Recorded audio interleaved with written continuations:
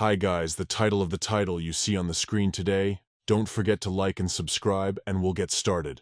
This story begins with a girl named Erzeta being very surprised.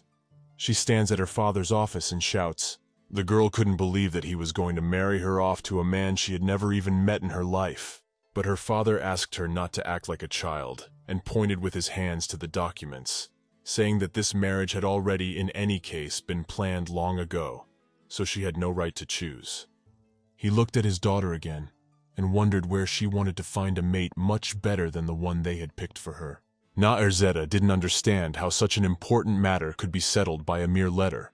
She thought it was much more important and needed a little more time to discuss everything.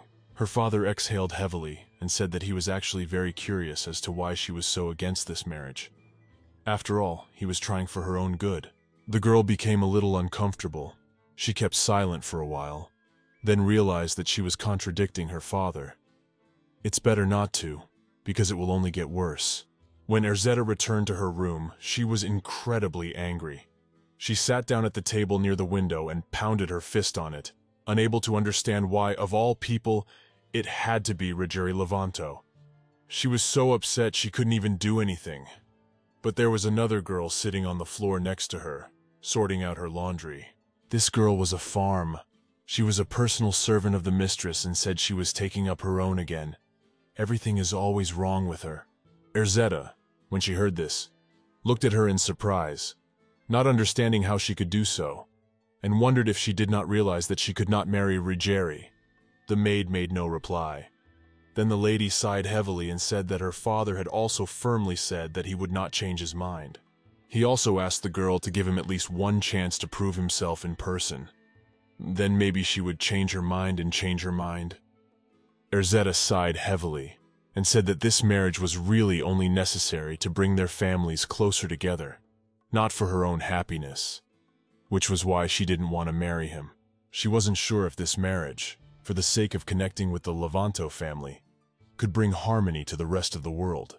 The maid said it was quite possible and most likely, if everything went according to plan, it would. But the girl objected and said that it would not last long, for not everything in the world was under the control of their marriage contract. In such situations, one must rely only on one's own strength. That was why Erzeta had spent such a long time studying magic to perfection, so that she could defend herself if anything happened. For some time the girl was silent. Then turning to the pharma, she asked if she now understood her position. She looked at her assistant and said that the girl could use fairy magic herself after all, so surely she should understand what she was feeling. Farmi was silent for a while.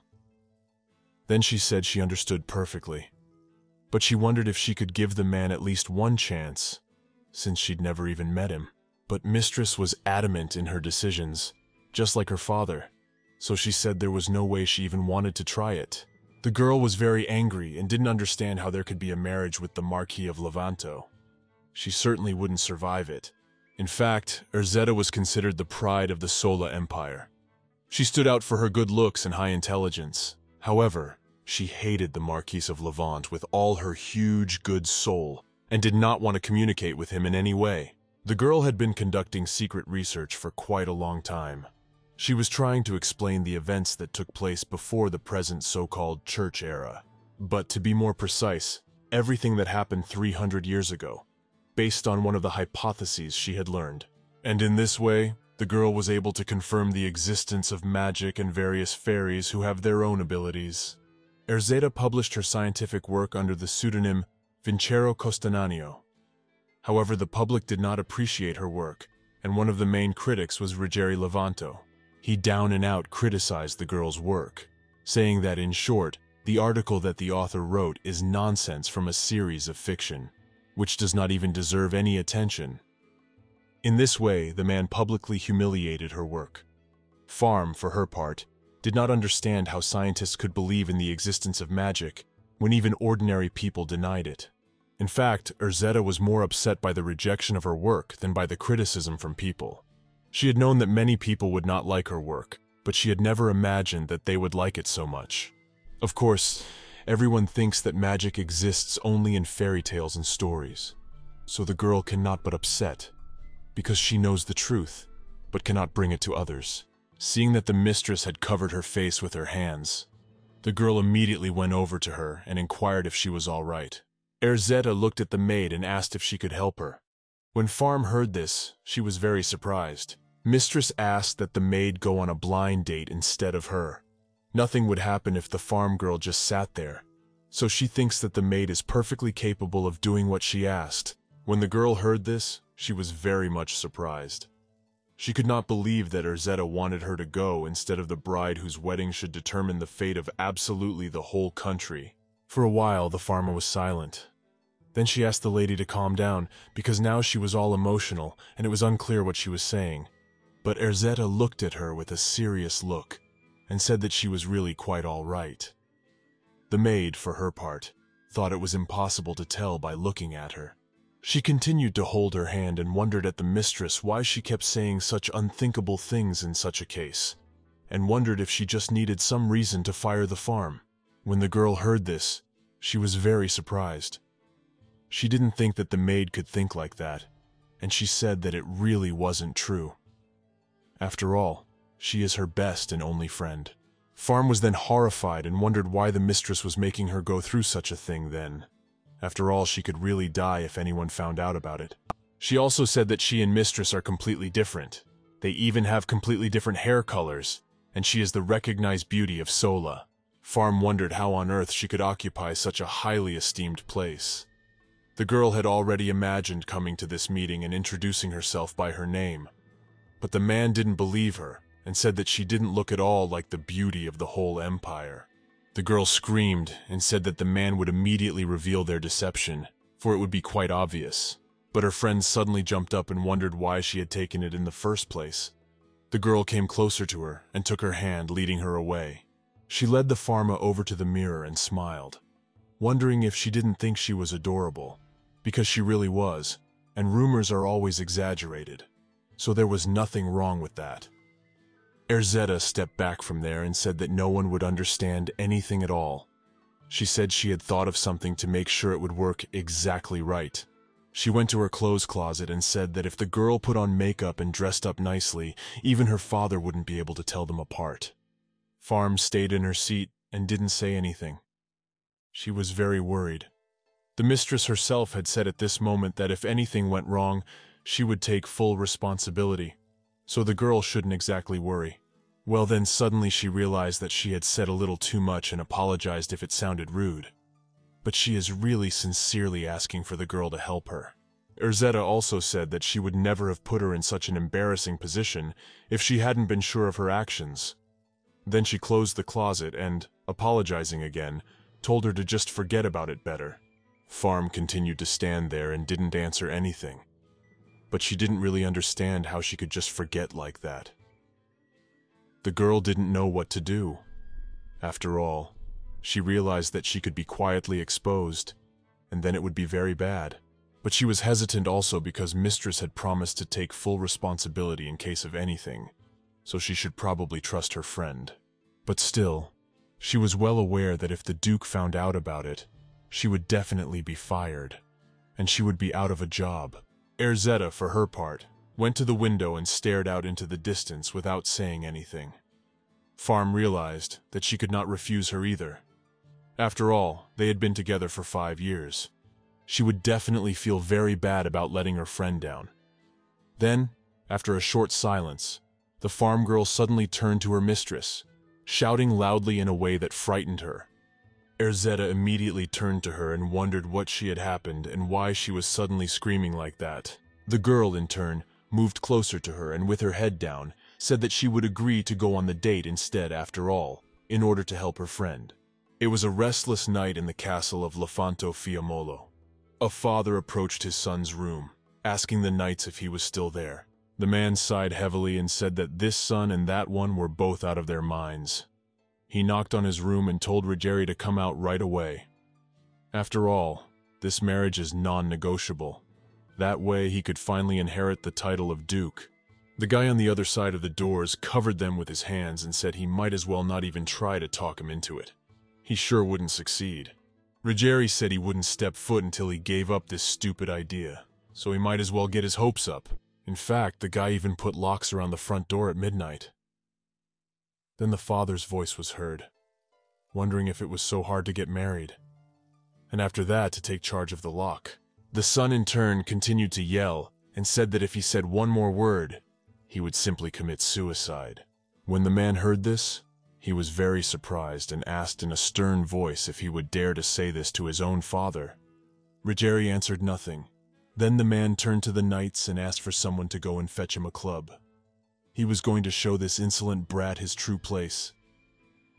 The next morning, the guy sat on his bed and looked at the hole he had made in his door. In fact, he was still impressed. Ruggieri didn't think they'd just break down his door in pursuit of their own interests. Suddenly there were footsteps in the hallway.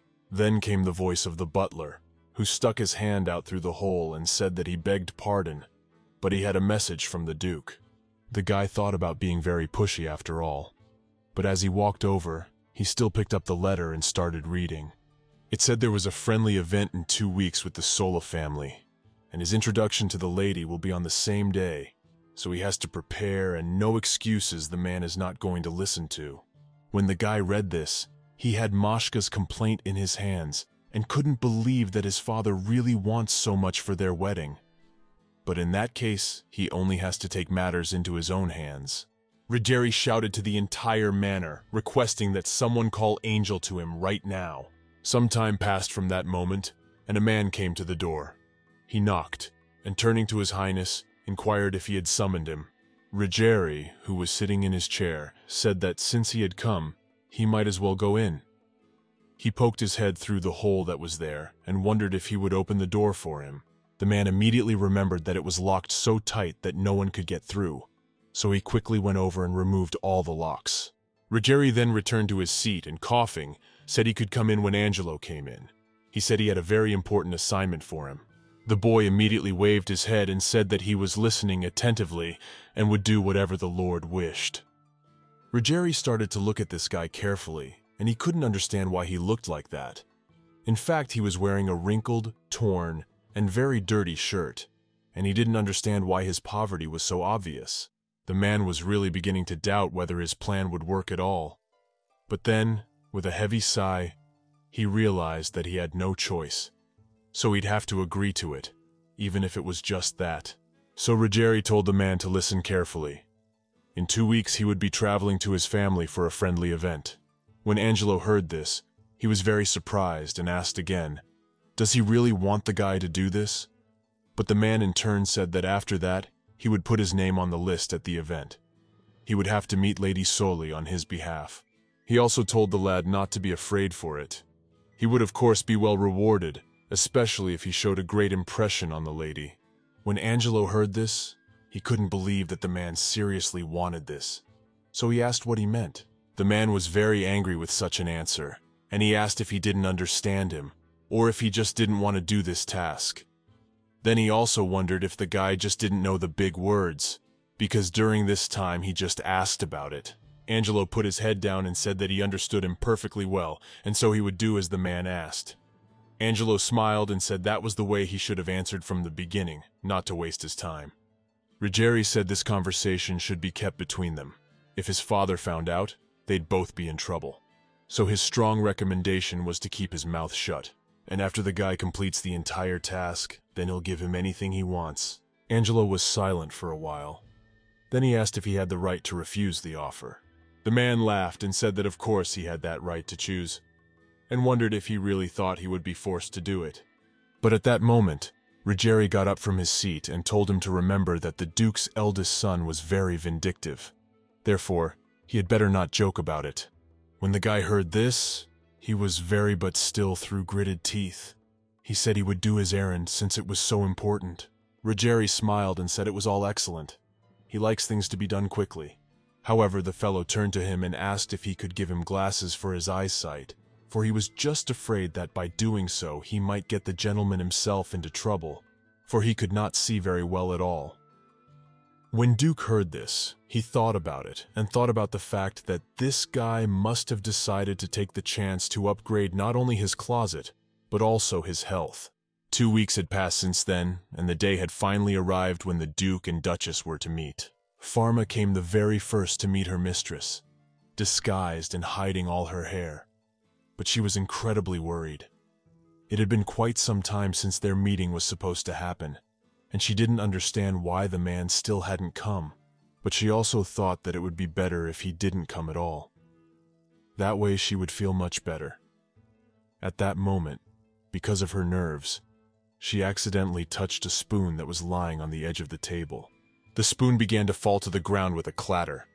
The girl, looking down, immediately realized that this was definitely not a good sign, but tried not to worry even more. At that very time, the man was already on his way. He had already managed to enter the garden, and looking around, he was very surprised, for it was incredibly huge. Angelo saw the beautiful fountain and the many different statues that decorated the entire estate, and then he saw the castle itself. The man saw the size of the castle and thought that he had to go there, but the moment he turned his head, he saw someone sitting in the gazebo. For a while he just stood there looking at it. Farm, who in turn had started to pick up her spoon, also looked to the side and saw some sort of silhouette. The girl immediately rejoiced, thinking that it must be him, finally arrived. She was about to get up to greet the man, but she misjudged her strength and ended up falling under the table, hitting everything on it. Angelo immediately walked over to her and was a little embarrassed by the video. He didn't know what to do, so he decided to ask her if she was okay. The girl was incredibly embarrassed by her behavior. She crawled out from under the table. Then how could she be so embarrassed at the first meeting? And mentally began to apologize to her mistress. But as the farm stood up, she began to adjust her beautiful hat, which hid the true color of her hair. The man who had been standing there watching her all this time turned to the girl and bowed, apologizing for his rudeness. Angelo also asked if he could keep her company. When the girl sat back in her seat, she began to scrutinize the stranger. She wasn't sure if this man was definitely Ruggieri, for she had pictured him quite differently, and quite some time had passed since then. And Farm, when the meeting was over, returned to her mistress's room. She knocked, and when she came in, she said the meeting was already over and she could tell me everything. Erzetta came out of the bathroom, covering herself with her handkerchief, and inquired of her friend how their acquaintance had gone, and what had happened there at all. The girl took off her headdress and said that it was really just awful. She looked very tired and disheveled. In fact, once their meeting started, there was a very awkward atmosphere between them, and Farm herself didn't even know what to talk to him about. She looked at the man sitting across from her and hoped that he would be the first to say something. But he just sat there, silent as well. Farm sipped her tea and glimpsed his eyes, not understanding what he was just thinking, and doubting already that this man was really the Marquis. Even though he was known for his intelligence, he looked rather scruffy. He had unkempt hair, glasses, and his clothes didn't look like an aristocrat at all, even if you didn't look closely. She didn't understand how he only had the courage to come to meet Mrs. Erzetta like that, and the thought made her incredibly angry. In fact, when they had talked to Mistress in private, she had said that he was probably very nice, and perhaps she might like him. But now she realized that she was completely wrong, and after some time of a very long and awkward silence, the man finally spoke and said that the tea was incredibly delicious. The girl choked because she had not expected such a statement. She looked at the Marquis in surprise, not understanding how he could think it tasted good, for the tea was incredibly bitter due to the fact that it had been brewed for a very long time. They sat in silence for some time, for there was nothing more to say. Then Angelo took off his hat and bowed, saying that it was time for him to go. When Farmi heard this, she was incredibly surprised. Well, the man said that he had been an incredible part of getting to know her, and he was very glad that they had managed to meet and have tea together after all. The girl was very surprised, and did not understand how he could call it an acquaintance at all, and behave like that with Mrs. Erzetta. In fact, according to the generally accepted rules of etiquette, as a sign of respect to a noblewoman, a man should ask for her hand and kiss the back of her palm. Therefore, the girl thought about the fact that he was very lucky that it was her, and not the Duchess herself, who had come to this meeting. After all, there was no way Mrs. Erzetta would have forgiven him for being so rude. So Farm stood up from her seat and arrogantly said that she understood everything now, and said goodbye to him. And now the girl recounted the whole dreadful situation to the mistress, and the latter in turn inquired what happened next. Erzetta sighed heavily, and said that apparently he still didn't understand anything, and wondered why the girl was so upset in the first place, since it wasn't that bad. The girl turned to her and said she didn't know, but this man was certainly not who he said he was. She unzipped the zipper behind her and said she was going to change, and then they would tell her everything in more detail. For a while she tried to take off her dress, but she couldn't get it off. When the mistress saw this, she offered to help her. The girl was embarrassed, but she thanked her for it anyway. She unzipped her dress and told her to go on now. The girl said that despite his status, he was behaving just disgustingly. Erzetta continued to help her with the dress and said that she had actually envisioned it quite differently. Her friend went on and said that his appearance left much to be desired, and she didn't understand how he even dared to come to meet the Duchess in such a hideous outfit. Farm, who had already taken off her dress in relief, exhaled and said that if it wasn't for his clothes, she wouldn't have even thought he was a marquis. But she also told Mistress that she might not worry there, because he wasn't much interested in getting married either, so everything would be fine. For some time the girl was silent. Then the mistress turned to her and thanked her again for honoring her request. Erzetta said with a smile that she had done a very good job this day, so she could just rest and do her own thing for the rest of the time. Farm was very surprised to hear this, and wondered if Madame was really okay with it. But the girl replied that not at all, and if she needed any help at all, she would just call someone else. For the girl, more than anyone else, deserved a vacation. Farm, without thinking long, immediately changed her clothes and ran to a small cabin that was deep in the forest. She also took with her a small basket with various things. The girl, as soon as she opened the door, immediately turned to Ranyo. He was her younger brother, and she said with a smile that his little sister had already returned. The boy, who was sitting on a small sofa near the window reading a book, looked up at her at once, for he was surprised enough to see her at this early hour. The girl in turn carried the basket into the kitchen and inquired if anything had happened while she was away, and asked what he had been doing all this time. Ranyo gestured that he was reading a book. The girl understood him perfectly and came closer to him and hugged him, saying that he was doing a great job. The boy smiled back at her. He was really glad his sister was back much earlier than usual. In fact, Ranyo is her only brother. Besides him, she has no other family. However, even though they are brother and sister, but of the similarities they only have eye color, both are bright green, emerald-colored eyes, and all because even as a very young child, when Farme went to the market, she could only earn money there. The owner gave her a few coins, saying it was her wages for the day. The girl looked at him and was very upset. Farm turned to the owner and wondered if he could give her a little more, since her little brother hadn't eaten anything at all in a long time, and she needed to get something at least. But the man only laughed and asked if she had decided to become a beggar, but this would not work with him. He also did not understand why the girl was bothering with him. This boy was not her own. They were not related by blood. The girl didn't know what to say to him then, for she was too young, but she already knew the truth, that they did have different mothers. Then they were too young to survive day-to-day in the slums. But one day the girl, walking through the market, heard someone talking. They were two ladies who were standing near the bulletin board, and one of them said that the lady was collecting stories about past times. It is a stranger, and also said that many say that for whoever tells her a story about fairies or wizards, she will heap a golden bag of coins. One of the girls asked the other if she could give her a reward if she did some magic in front of her face, but her friend just laughed and wondered if she could do it. Farm, for her part, thought about the fact that if she could show her mistress her magic, she could indeed reward, for sure her, and she certainly wouldn't need the money. However, the girl quickly pushed those thoughts away from her, not sure why she was even thinking about it, because she shouldn't be allowed to show magic like he was caught. Because if she was caught, she would hardly be left alive. People don't like to see what they can't do or understand. But still, she didn't have that much money to feed herself and her brother. Soon, she came back to him and told him that she would buy him something to eat that day, but that he would just have to wait until dinner time, and then he would be full. The boy was still very young, but he still understood everything perfectly, so probably such gestures showed his sister that everything was okay, and he could wait. Farm. When she left him, she realized that she couldn't go on like this, so she still made the decision to at least just go there and find out what was what. She thought about the fact that maybe the lady wouldn't even consider her a witch and would spare her, and if her magic really pleased the lady, she could get a lot of money. With this money, they can buy a lot of food and warm clothes.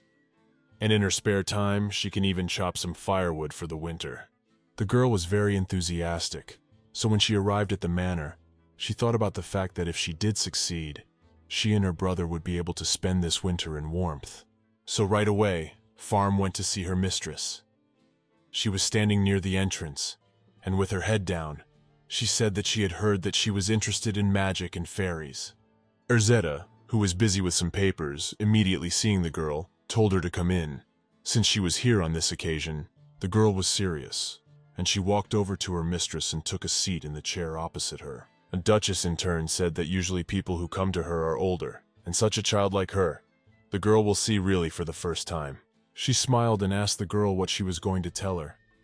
Farm was a little shy and unsure of what to do, so she just stayed silent for a while. And then she said that she had extraordinary powers and could use magic. When Erzetta heard this, she couldn't believe her ears that she could really do it. They were silent for a while. The girl thought for a moment, and then laughed, asking if she had decided to show her magic right away. Farm, for her part, lowered her head and said nothing. Then the lady said that she did not advise her to joke with her to get money.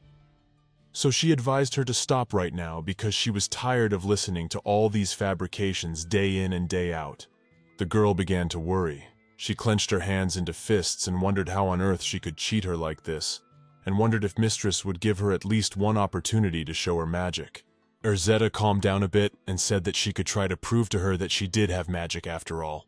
The girl raised her head up high and thought that the main thing was not to worry and just do everything as always. She began to twist her hands on the top and moved thus, and around her at this moment began to appear multicolored bright balls. The energy was so strong that even the papers that lay on the table in front of them began to shift sideways from the wind. When Madame saw this, she was very surprised, and after turning away for a while, she didn't notice how much more powerful the magic became. And all those papers flew straight towards her, along with a huge wind of energy. They were silent for a while afterwards. Then Erzetta looked at the girl and wondered if she had caused the wind. She wondered if this was even possible, because the windows in the room were completely closed and the doors were locked, so there shouldn't even be a draft. Farma was cocky and said that she made bits of light floating in the air move that only she alone could see. In this way they provoked a great release of energy and thus were able to cause this wind. Erzetta was incredibly surprised and still couldn't believe that it was all real. Then she asked the girl if she could do other kinds of magic. She was a little embarrassed, but said that she could still do some other things. The mistress then told her to show her everything she could do. Farm was a little surprised, but started to show each of her abilities gradually. In the beginning it was water, after that fire. Mistress, who was watching all this, realized that this girl's magic was what she had been waiting for all this time. This was real magic, not some tricks from people who just wanted money. When the girl had shown all her abilities, Rosetta walked over to her bookshelf, thinking about the fact that her bits of light generated magic, and she had definitely read about it in one of the books on the study of such very magical properties. When she found the right book, she realized that, as expected, the girl was seeing not just bits of light, but what was the very essence of nature itself. It is the manipulation of such properties that is called magic. The same confirms the hypothesis, which the girl based her research on. At last her labor was beginning to yield some results, so Erzetta thought that there was no way she could miss this child. She was unique, but the girl looked at this poor child and wondered how she could keep her on the estate near her. What would she have to offer? And now, 5 years after the coming-of-age ceremony, the ladies are the best of friends. In all that time, the farm had lived on their estate. When the party was over, the girl helped her take off her dress and unbraid her braids. She sighed heavily and said that she was sorry that she had to hide such beauty. Farma lifted her head up and said that the whole world should know that the rumors about Lady Erzetta's beauty were really not exaggerated, and she was actually beautiful.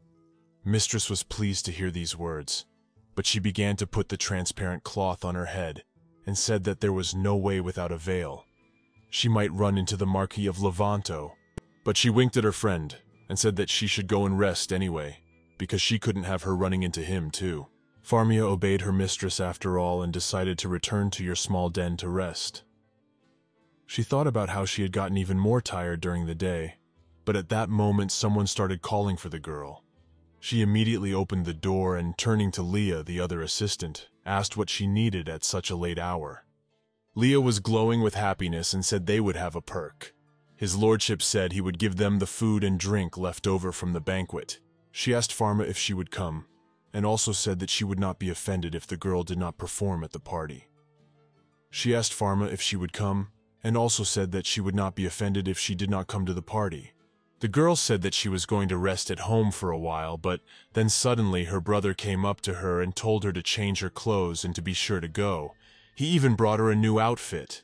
Then she sighed heavily and said, smiling, that he was in favor of the idea too.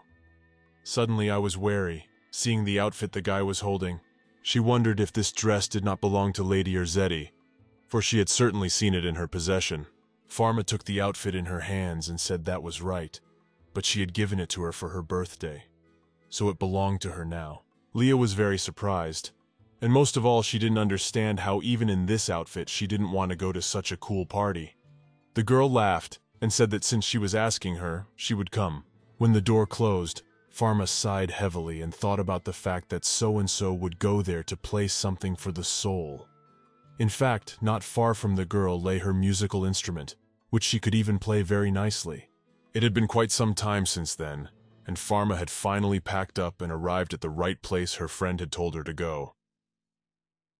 It was already dark outside, and she looked around and realized that entrance to this garden was forbidden to servants, but it would take too much time to go around it, and she couldn't waste it. The girl began to climb through the bars, thinking that she would run through quickly, and no one would even notice. After all, she was already late. But just as she was about to go forward, she accidentally didn't see the man who was standing in front of her and crashed straight into him with her whole face. The girl took a few steps back and immediately began to apologize to him. But then suddenly, because everything was happening so fast, she did not have time to move her feet and accidentally twisted one of them.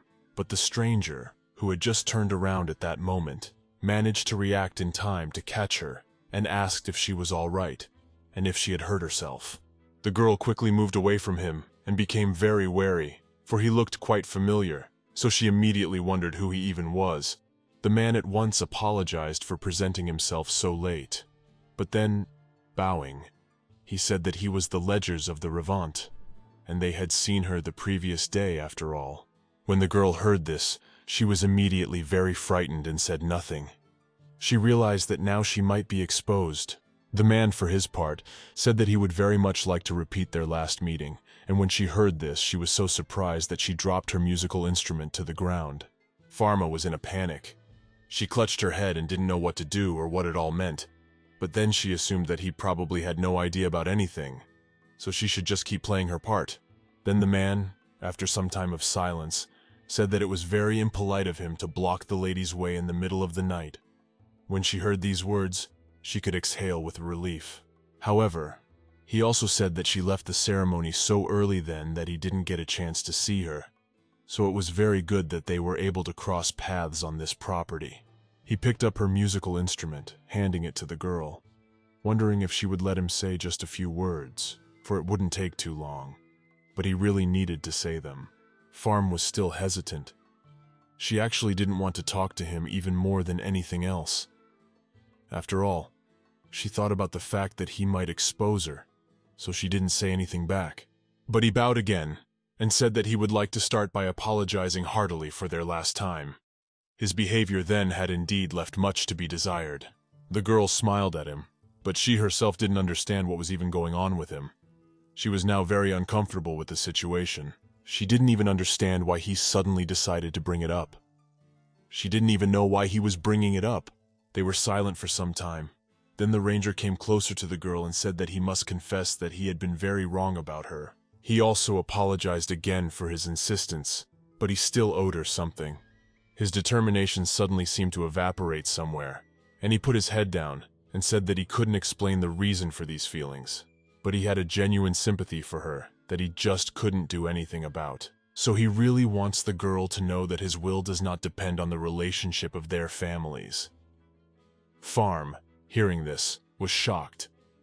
She did not know how to react to this kind of words and statements. The man, in turn, extended his hand to her and asked if she would allow him to kiss her hand as a sign of respect and confirmation of all his words. The girl did let him do it, and before he kissed her hand, the man said that he was doing it for the sake of the world and its prosperity. And after all that had happened, he wished her a good evening and simply disappeared into the darkness of the beautiful garden. The girl, who was left standing alone, looked away in surprise, not realizing what had even happened. She continued to stand there for a while longer, but soon realized she was late for the event. Farm arrived on time. Still, however, all she could think about all evening was what had happened. She played cheerful music, but her thoughts were still in that garden. She walked over to the bar after another small batch of songs and got herself a glass of wine, not understanding how he even dared to tell a lady how he felt.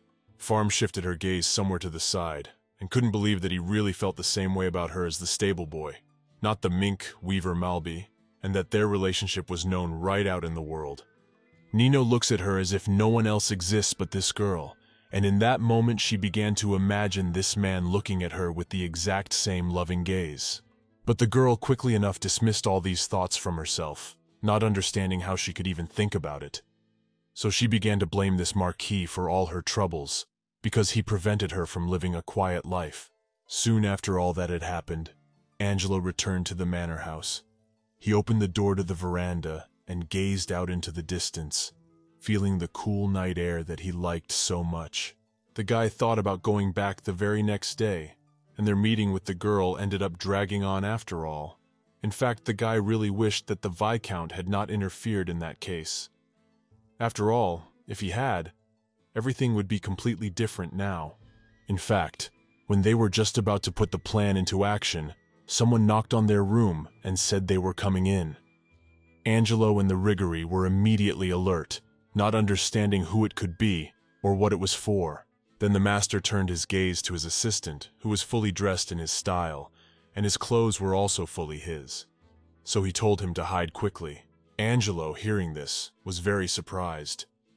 He did not understand why the master told him to hide, but he shoved him under the bed, saying that if they were caught, they wouldn't get married, they would be sent to war, and he didn't want to go to war.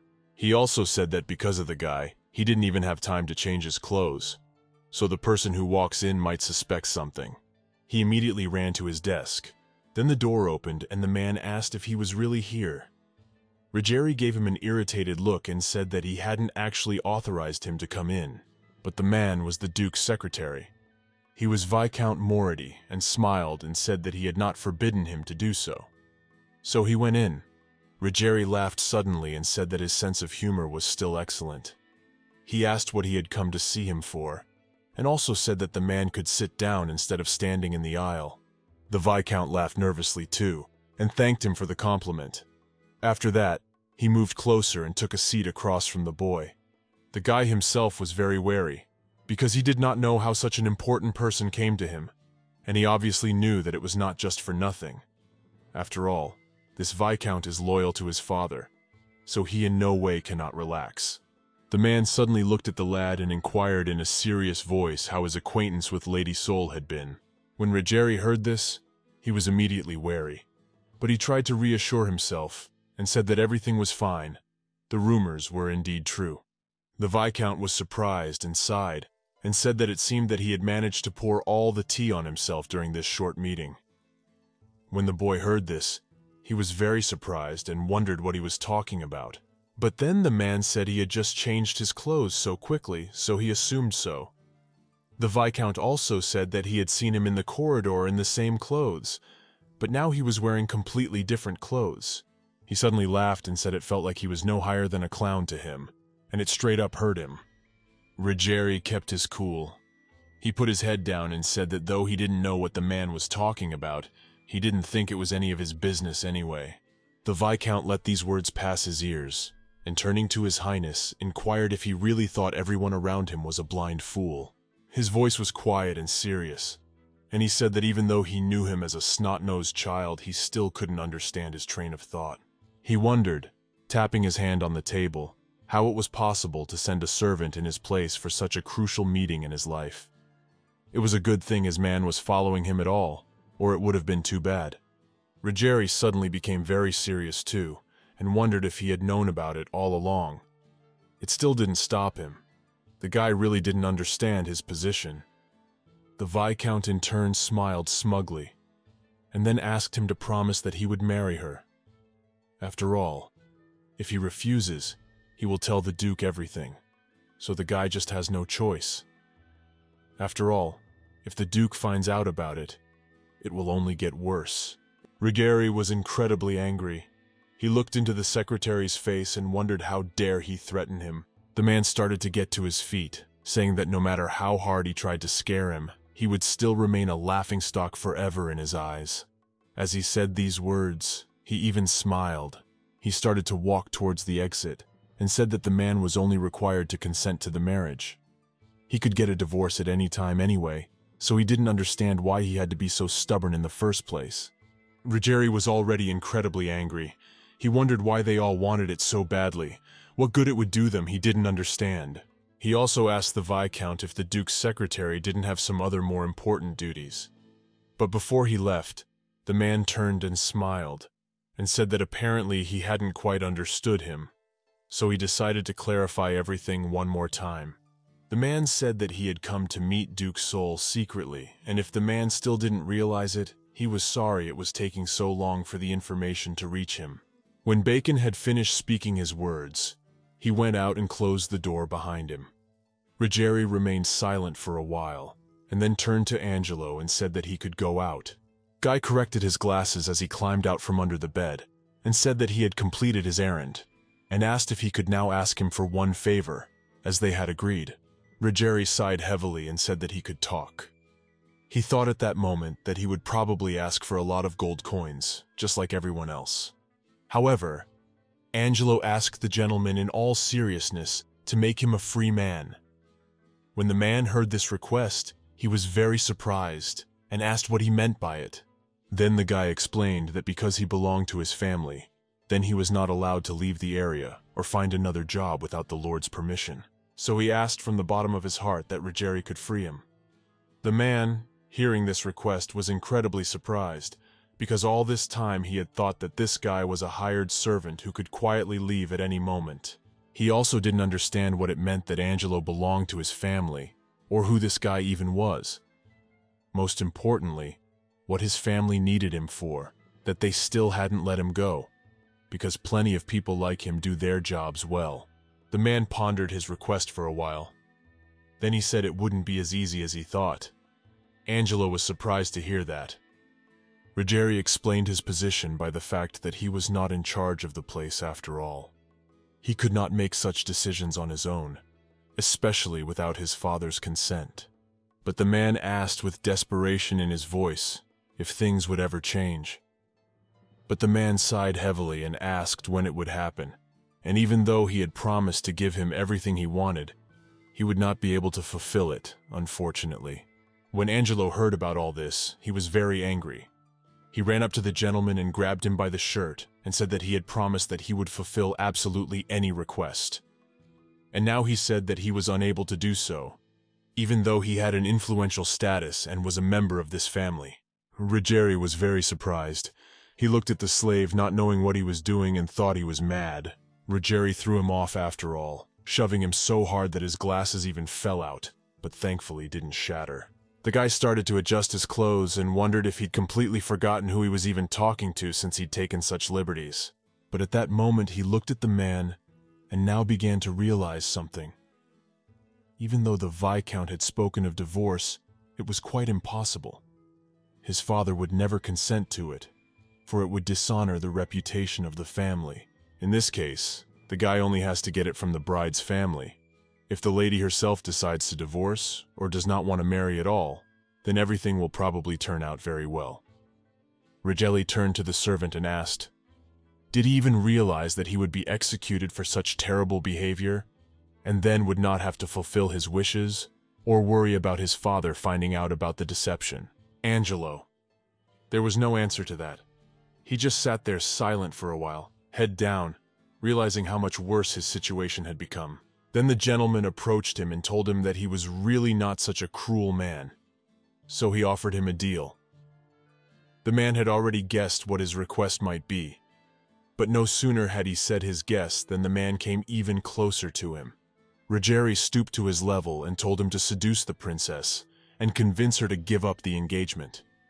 He might even spread foul rumors about her. Make sure the marriage just doesn't happen. He, smiling, also said that the guy Vitya already knows her, so there shouldn't be any problems. And if he failed, he would definitely not get anything. But if he succeeded, he would definitely do everything possible to free him from this slavery. Angelo. When he heard this request, he hesitated for a while, but afterwards he said that he understood him and realized that he had no way out. It was frustrating to have more problems piled on his head, and he didn't know how such a smart man could only have such stupid thoughts in his head. When he met the lady in the garden then, he noticed that without that awful veil which hid her whole face, she looked much better than he had thought. The man was completely unaware of where this whole situation could lead to in the end. However, he must fall in love with her in order to become a free man, and not be tied to this horrible family in any way. At this very time in the morning, the Duchess of the Sola family, namely Milena, went to a tea party with her daughter in order to discuss some business. She said she got a positive letter from the Lavon family, then about her last meeting, and she wouldn't beat around the bush, so she said she had to marry this man, and it was not negotiable. Erzetta was very indignant when she heard this. She was about to object, but her mother interrupted her, saying that her father was planning a civil engineering project to connect Lake Ichiko to the ocean. And if it works out, they can trade the southern continent completely legally. They want to get investment from the allied nations for this huge and ambitious project. However, the canal would pass through a river located in the Duchy of Luanda. When Erzetta heard this, she said that it worked out that they needed the two neighboring countries to be on close terms. Only then would this plan work. Mother put her head down and said that everything was correct. However, the main problem was her younger sister, Wisa. This girl's fate is already sealed. She will meet a good partner and live like many other women. But Erzetta, as the eldest daughter, should marry first, according to her father. Milena, sipping her tea, said that if she was so disgusted by the idea, she could just be patient until the end of the project. After that, she will definitely get her divorce. She gives her straight-talking mother her word, promising that she will indeed do it for the well-being of the point. Erzetta told her mother that she understood her perfectly, and thus in the late spring, the lady, together with the Marquis, exchanged the papers of their engagement. When the ring was already in the girl's possession, the mistress suggested that the farmer try it on again, for she was sure he wouldn't care. But she immediately started to refuse, and said she couldn't do it, because it was a wedding gift. The girl closed the box and told her not to worry, because they are only interested in political gain, so there is no problem with that.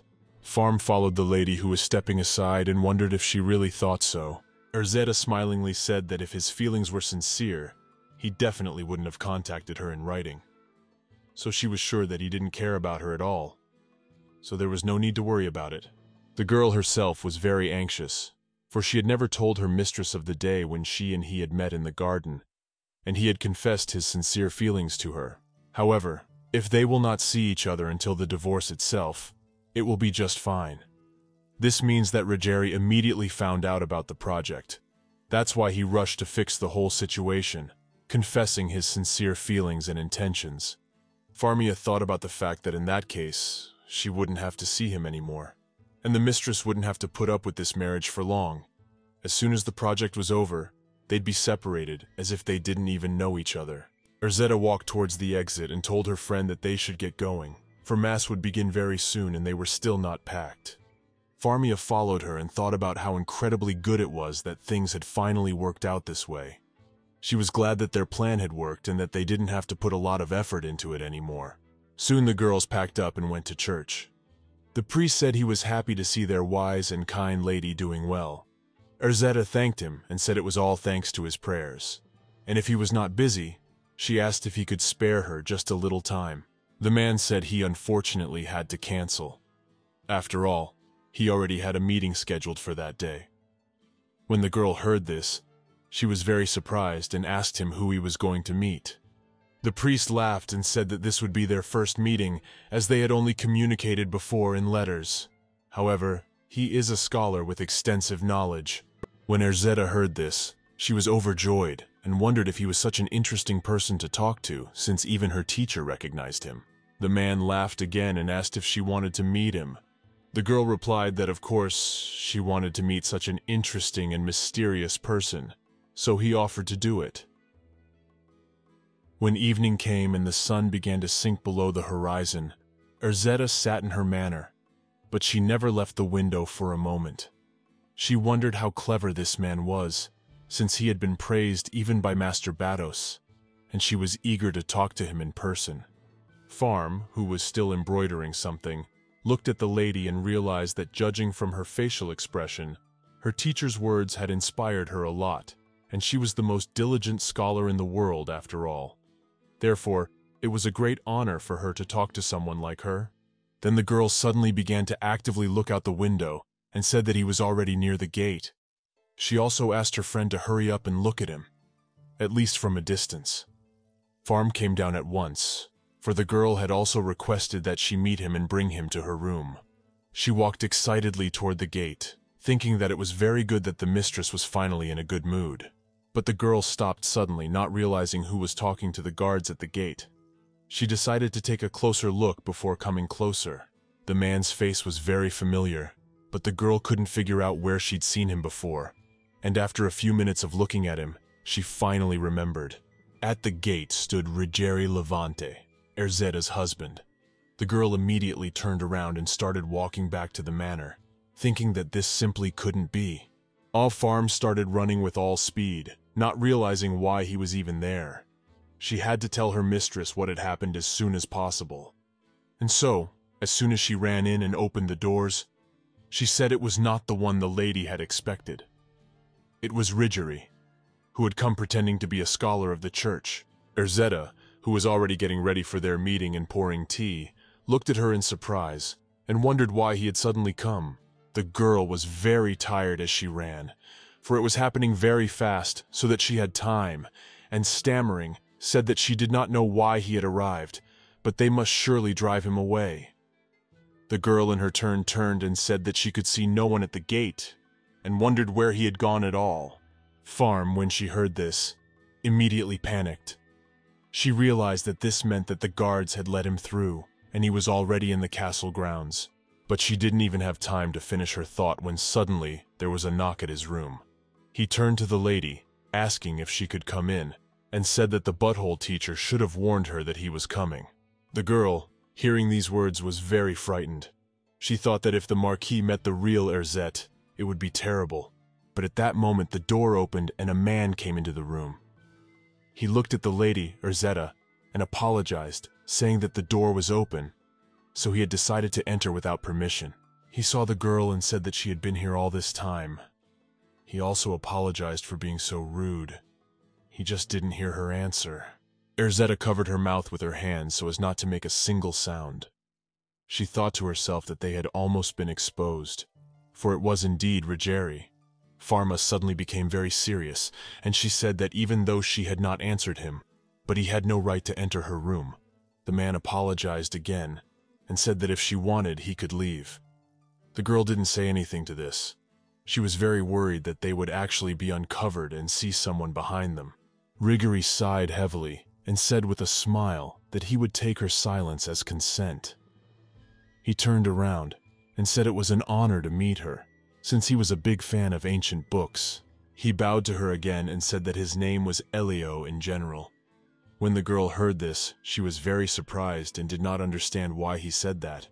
Farm wondered who he wanted to fool in the first place, since she knew him by another name, and she herself didn't realize what the joke was. When the man heard this, he was immediately overjoyed and said that she hadn't forgotten him after all, and he was honored.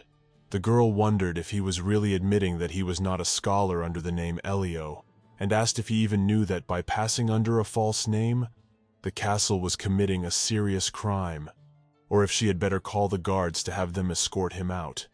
The man suddenly hesitated and then, taking his eyes off her, wondered if wanting to see his lawful spouse was a crime. Farmi, hearing this, was very surprised and didn't understand what he was even saying, but the man, seeing her surprise, asked why she reacted like that, since they had already exchanged rings. Erzetta continued to cover her mouth with her hands, while she herself didn't realize that this was even happening between them. She even felt embarrassed that she was hearing all this. He suddenly began to stare intently at her hand and sighed heavily, saying that he could see she wasn't much interested in this. Farm immediately said, clenching her hand, that she had taken it off because she was afraid of losing such a valuable gift, but then remembered that she was actually mad at him.